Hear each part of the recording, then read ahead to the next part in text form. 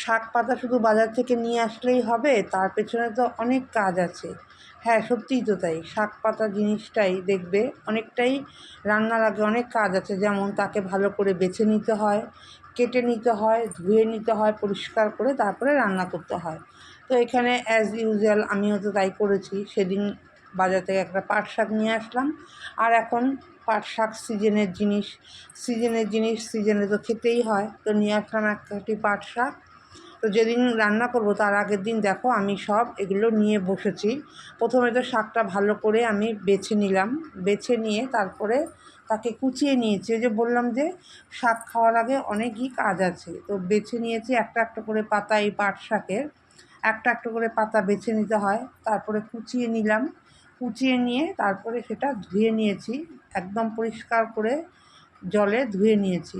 তো এই হচ্ছে রান্না করার আগে শাক পাতা যাই আনো সেগুলোর কাজ হয় বেছে নেওয়া, কুচিয়ে নেওয়া, পরিষ্কার করে জলে ধুয়ে নেওয়া। তো আমিও তাই করলাম অ্যাজ ইউজুয়াল। তারপরে এবার রান্নাটা বসিয়ে দেবো। আর এই পাট শাক আমরা ৩ রকমভাবে খাই। কে কীরকমভাবে খাও আমি জানি না। যদি আমার মতন করে খাও তাহলে একটু কমেন্ট করো। পাট শাক একটা হচ্ছে মুসুর ডাল দিয়ে খাওয়া হয়, আমরা যেটা খাই। আর একটা হচ্ছে চিংড়ি মাছ দিয়ে খাওয়া হয়। আর একটা হচ্ছে পাট পাতার বড়া খাওয়া হয় মুসুর ডাল বেটে।